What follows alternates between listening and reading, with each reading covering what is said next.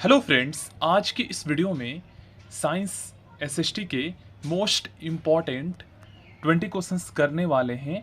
दोस्तों, अगर आप आज से डीएलएड एंट्रेंस एग्ज़ाम की तैयारी करना चाहते हैं तो आप मेरे चैनल से जुड़ सकते हैं, क्योंकि मैं आपको नेक्स्ट ईयर 2026 की प्रिपरेशन के लिए जो है आज से क्लासेस स्टार्ट कर रहा हूँ।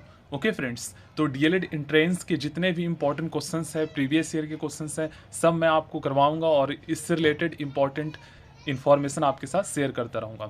तो आज के इस टेस्ट में टोटल 20 क्वेश्चंस करेंगे और इसमें से आप चेक कीजिएगा कि 20 में से कितने आपके सही हुए। ठीक है ना, आपको बताना है आउट ऑफ 20 सभी को कमेंट में। चलिए, पहला क्वेश्चन मोस्ट इंपॉर्टेंट है हमारा। साइंस एंड एसएसटी के मिक्स क्वेश्चन होंगे, आपको पता है, जो आपके एग्जाम में पूछे जाते हैं 20-20। देखिए, आज़ाद दस्ता का गठन किसके द्वारा किया गया? दोस्तों, आज़ाद दस्ता का गठन जयप्रकाश नारायण के द्वारा भारत छोड़ो आंदोलन के दौरान किया गया था। याद रखिएगा दोस्तों, जयप्रकाश नारायण के द्वारा। अगर ये पूछ लिया जाए कि आज़ाद दस्ता का गठन कब किया गया, किस आंदोलन के दौरान किया गया, तो आपको बता देना है भारत छोड़ो आंदोलन के दौरान। ऋग्वेद में बिहार के लिए किस शब्द का प्रयोग किया गया है? तो देखिए, एक ट्रिक भी बताता हूँ। थोड़ा मतलब इन चारों ऑप्शन में से सबसे थोड़ा अजीब सा ऑप्शन क्या है? कीकट इसका करेक्ट आंसर होगा। असहयोग आंदोलन के दौरान बिहार में द मदरलैंड नामक अखबार का प्रकाशन किसके द्वारा शुरू किया गया था? तो दोस्तों, असहयोग आंदोलन के दौरान द मदरलैंड नामक अखबार का प्रकाशन डॉक्टर मजहरुल हक के द्वारा शुरू किया गया था पटना से। 1921 में इसका प्रकाशन शुरू हुआ था असहयोग आंदोलन के दौरान। असहयोग आंदोलन की शुरुआत कब हुई थी? 1 अगस्त 1920 को हुआ था फ्रेंड्स। चौरा चौरी में जो घटना होती है उसके बाद असहयोग आंदोलन को वापस ले लिया जाता है गांधी जी के द्वारा। चलिए, नेक्स्ट क्वेश्चन। कौटिल्य के द्वारा लिखित अर्थशास्त्र में राज शब्दोपजीवी संघ शब्द का प्रयोग किसके लिए किया गया है? इसका सही आंसर हो जाएगा दोस्तों वजी के लिए, ऑप्शन ए। बिहार विद्यापीठ की स्थापना कब की गई? दोस्तों, बिहार विद्यापीठ की स्थापना 6 फरवरी 1921 को की गई थी। 6 फरवरी 1921 को। अगर आपसे पूछा जाए कि बिहार विद्यापीठ की स्थापना किसने की, तो आपको बताना है फ्रेंड्स, बिहार विद्यापीठ की स्थापना पटना में महात्मा गांधी जी ने किया था। मजहरुल हक ने इसके लिए जो है भूमि दान किया था। भारत के संविधान के किस अनुच्छेद में विधान परिषद के सृजन और विघटन के उपबंध अंतर्विष्ट है? ठीक ना, इसका वर्णन किया गया है किस अनुच्छेद में? इसको समझने का एक आसान तरीका मैं बताता हूँ। सबसे पहले एलिमिनेशन मेथड के द्वारा आप हटाइए। देखिए, 356 तो यहाँ फ्रेंड्स ये आपको पता है ये राष्ट्रपति शासन से संबंधित है। 182 भी नहीं होगा। अब 171 और 169 में से हमें डिसाइड करना है। तो देखिए, अनुच्छेद 168 में विधानमंडल का वर्णन किया गया है और 168 में, उसके बाद 169 में फ्रेंड्स ये जो है विधान परिषद का वर्णन किया गया 169 में, उसके बाद 170 में विधानसभा का। तो इसका करेक्ट आंसर हो जाएगा ऑप्शन बी, 169 में। महाधिवक्ता एडवोकेट जनरल निम्नलिखित में से किसके प्रसाद पर्यंत का मतलब है किसके मतलब चाहने पर पद धारण करता है? तो इसका राइट आंसर हो जाएगा फ्रेंड्स, देखिए, एक होता है एडवोकेट जनरल और एक होता है अटॉर्नी जनरल। तो जो अटॉर्नी जनरल होता है फ्रेंड्स वो देश का होता है प्रमुख, और जो ये क्या कहते हैं, और जो राज्य का होता है उसे महाधिवक्ता कहते हैं। मतलब सबसे बड़ा विधि विशेषज्ञ जो है राष्ट्रीय स्तर पर ये क्या कहते हैं, अटॉर्नी जनरल, और राज्य स्तर पर महाधिवक्ता। तो वहाँ पर राज्यपाल के द्वारा नियुक्त होता है और उसी के प्रसाद पर्यंत रहते हैं। ठीक ना। भारतीय संविधान की प्रस्तावना में पंथ निरपेक्ष का मतलब यहाँ धर्म निरपेक्ष है शब्द किस संविधान संशोधन कब जोड़ा गया? ये बोला गया है, जोड़ा कौन से संशोधन के द्वारा गया था? तो याद रखिएगा फ्रेंड्स, भारतीय संविधान की प्रस्तावना में कौन कौन से 3 शब्द जोड़े गए थे एक साथ? पंथ निरपेक्ष, समाजवादी और अखंडता। 42वें संविधान संशोधन के द्वारा 1976 में। ठीक है ना, याद रखिएगा।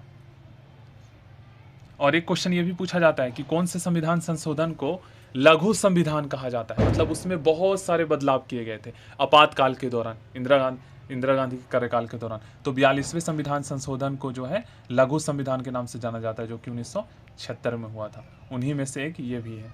पंथ निरपेक्ष, समाजवादी और अखंडता जोड़े गए थे। भारत में पंचायती राज व्यवस्था की शुरुआत फ्रेंड्स आप सभी जानते हैं 2 अक्टूबर 1959 को राजस्थान के नागौर जिले में हुआ था। किसके द्वारा? पंडित जवाहरलाल नेहरू के द्वारा। ली कमीशन निम्नलिखित में से किससे संबंधित था? करेक्ट आंसर होगा भारतीय सिविल सेवा से संबंधित था। इसमें सुधार से संबंधित, याद रखिएगा। चलिए नेक्स्ट क्वेश्चन है हमारा, भारत सचिव का पद निम्नलिखित में से किसके द्वारा बनाया गया? कौन से रेगुलेशन या कौन से अधिनियम के द्वारा? तो ये फ्रेंड्स 1858 का, जब 1857 की क्रांति होती है तो उसके बाद एक अधिनियम पारित किया जाता है, ठीक है। तो 1858 का भारत शासन अधिनियम के द्वारा भारत सचिव का पद बनाया गया था। भवानी मंदिर की रचना किसके द्वारा की गई?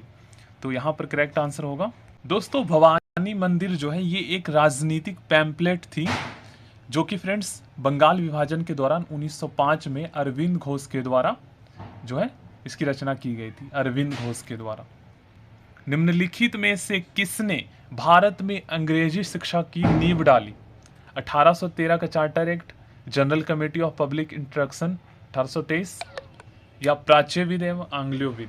तो प्राच्यविद और एंग्लोविद का मतलब यहाँ देखिए, प्राच्य एंग्लोविद तो होगा, लेकिन प्राच्य भी जुड़ गया तो यहाँ पर हो सकता है या ना हो। इसका सही आंसर होगा दोस्तों उपरोक्त तीनों, 1813 का charter act, general committee of public instruction और प्राच्यविद एंग्लोविद विवाद, ठीक है ना। आगे बढ़ते हैं। फिनिक्स फॉर्म की स्थापना किस व्यक्ति के द्वारा किया गया था? दोस्तों फिनिक्स फॉर्म की स्थापना सभी को पता है महात्मा गांधी के द्वारा किया गया था। दोस्तों फिनिक्स आश्रम कह सकते हो या फिनिक्स फॉर्म की स्थापना 1904 में अफ्रीका में, दक्षिण अफ्रीका में महात्मा गांधी जी के द्वारा किया गया था। हिंदू महासभा की स्थापना मदन मोहन मालवीय ने किया था। कब किया था? तो 1915 में। निम्नलिखित में से किनका संबंध हमारे राष्ट्रीय ध्वज के डिजाइन से है? तो राष्ट्रीय ध्वज का डिजाइन फ्रेंड्स ये किया गया था पिंगले वेंकैया के द्वारा।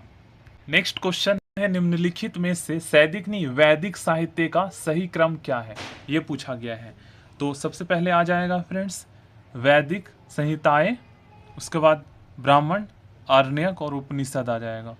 करेक्ट आंसर ऑप्शन बी हो जाएगा। वैसे ये ज़्यादा इंपॉर्टेंट नहीं है, ये इतना हिस्ट्री डीप में नहीं पूछता है, ठीक ना। निम्नलिखित में से कौन सी लिपियां अशोक के अभिलेखों में प्रयुक्त हुई है? ब्राह्मी खरोष्टी तो हुआ ही है, और देखिए जो नहीं हो सकता है वो हटा देते हैं। शारदा सुना ही नहीं है भाई, एलिमिनेशन मेथड द्वारा पहले हटा देते हैं, ठीक ना। देवनागरी भी नहीं है, देवनागरी तो आम है, ये तो अभी चलता है हमारे यहाँ।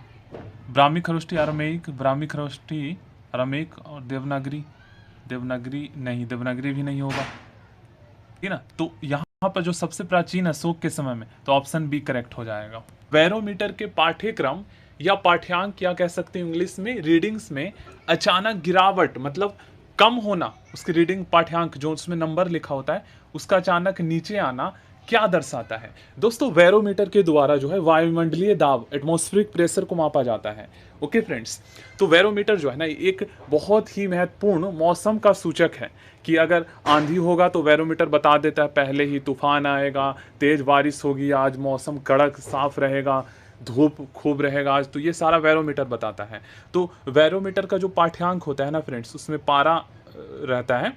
तो जैसे बैरोमीटर का पाठ्यांक मान लीजिए इस तरीके से नीचे कमता है, अगर मान लीजिए अचानक कम जाता है तो वह आंधी व तूफान का संकेत है। लेकिन बैरोमीटर का पाठ्यांक अगर धीरे धीरे गिरता है मतलब नीचे आता है तो वह फ्रेंड्स मतलब हल्का बूंदाबांदी मतलब हल्की बारिश का संकेत है, ठीक है ना। वहीं पर अगर बैरोमीटर का पाठ्यांक फ्रेंड्स धीरे धीरे ऊपर चढ़ता है तो साफ मौसम का संकेत है। वहीं पर बैरोमीटर का पाठ्यांक अचानक।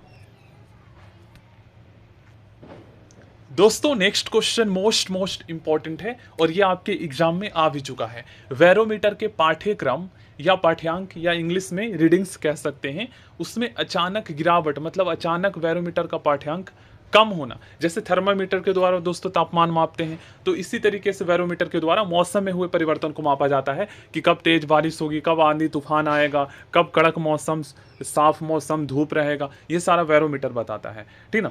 इससे एटमॉस्फेरिक प्रेशर को मापते हैं, वायुमंडलीय दाब को। तो फ्रेंड्स जब बैरोमीटर का पाठ्यांक अचानक मतलब कि बैरोमीटर के पाठ्यांक में अचानक गिरावट आता है तो ऐसे में आंधी व तूफान का संकेत होता है। वहीं पर बैरोमीटर का पाठ्यांक धीरे धीरे नीचे गिरता है तो मतलब हल्का बूंदाबांदी बारिश का संकेत होता है। अब जब बैरोमीटर का पाठ्यांक फ्रेंड्स धीरे धीरे ऊपर चढ़ता है तो साफ मौसम का संकेत होता है, और अचानक ऊपर चढ़ता है तो मतलब कड़क मौसम धूप के साथ का संकेत होता है। ठीक है ना, तो ये समझ सकते हो आप लोग। विद्युत मोटर में क्या होता है फ्रेंड्स, विद्युत मोटर जो है ये विद्युत चार्ज से चलता है, करंट से चलता है, तो ये विद्युत ऊर्जा को यांत्रिक ऊर्जा में बदलता है। जैसे पंखा चल रहा है तो ये यांत्रिक ऊर्जा हो गया, उसके बाद ये मिक्सर हो गया, वॉशिंग मशीन हो गया। ब्रोमीन सामान्यता ताप पर, देखिए ब्रोमीन ये क्वेश्चन आ चुका है दोस्तों। देखिए अगर आपसे पूछा जाए कि घर में सामान्य ताप पर, मतलब सामान्य ताप पर द्रव अवस्था लिक्विड फॉर्म में पाई जाने वाली एकमात्र अधातु कौन सी है। ब्रोमीन एक अधातु है जो कमरे के ताप पर द्रव अवस्था में पाई जाती है। ठीक ना, तो यहाँ करेक्ट आंसर ऑप्शन डी हो जाएगा। और इस तरीके से भी पूछ सकते हैं। वहीं पर अगर आपसे पूछा जाए कि कमरे के ताप पर या सामान्य ताप पर, जैसे हम रह रहे हैं इस ताप पर लिक्विड फॉर्म में पाई जाने वाली एकमात्र धातु कौन सी है, तब आपको बताना है पारा, मरकरी। सोडा वाटर की बोतल खोलने पर निकलने वाली गैस जो है ये है कार्बन डाइऑक्साइड। मनुष्य में वृक्क तंत्र का एक भाग है क्या, तो वृक्क क्या करता है फ्रेंड्स, पोषण, श्वसन, परिवहन, उत्सर्जन। ऑप्शन डी हो जाएगा। जो यूरिया जो खतरनाक जो पदार्थ होता है उसका उत्सर्जन करता है। निम्नलिखित में से कौन सा जैव रूपांतरण मानव शरीर को अधिकतम ऊर्जा प्रदान करता है, तो एटीपी एडीपी में बदलता है या एडीपी एटीपी में बदलता है। इसका करेक्ट आंसर हो जाएगा फ्रेंड्स एडीपी एटीपी में जब बदलता है। तो शरीर का ऊर्जा मुद्रा मतलब कि एनर्जी मनी किसे कहा जाता है, तो ये फ्रेंड्स एटीपी को कहा जाता है। ठीक है ना, एटीपी को ऊर्जा मनी कहा जाता है। जैसे ठीक है ना, ये भी याद रखिएगा, एटीपी को ऊर्जा मुद्रा कहा जाता है हमारे शरीर की। पारिस्थितिक तंत्र के दो संघटक कौन से हैं, तो आपको पता है फ्रेंड्स जैव एवं अजैव, और ये सारे उसी में आ जाते हैं जैव एवं अजैव में। यदि जहाज नदी से समुद्र में प्रवेश करेगा तो आपको पता होना चाहिए फ्रेंड्स, नदी का पानी का जो घनत्व होता है ना वो ज़्यादा होता है। जब पानी जितना ज़्यादा क्षारीय होगा उसका घनत्व उतना ज़्यादा होगा, तो और गहराई के साथ नदी का घनत्व भी बढ़ता है। तो इसी तरीके से जब जहाज नदी से जाएगा, नदी का पानी पोर्टेबल होता है एक प्रकार से पीने योग्य, तो वो उसका कम घनत्व होता है, कम क्षारीय होता है। तो जब वह मतलब कम घनत्व से अधिक घनत्व पर जाएगा तो नदी समुद्र में प्रवेश करेगा तो थोड़ा ऊपर उठ जाएगा। ठीक है ना, याद रखिएगा। नेक्स्ट क्वेश्चन है सीटी स्कैन में एक्सरे का प्रयोग किया जाता है। ओके फ्रेंड्स, ये क्वेश्चन आपके रिवीजन के लिए है। किस ग्रह के चारों ओर मीथेन गैस का बादल छाया रहता है। वरुण ग्रह की खोज की थी। लेटा हुआ ग्रह किससे के नाम से कौन जाना जाता है, ये सारा आप लोग कर लीजिएगा।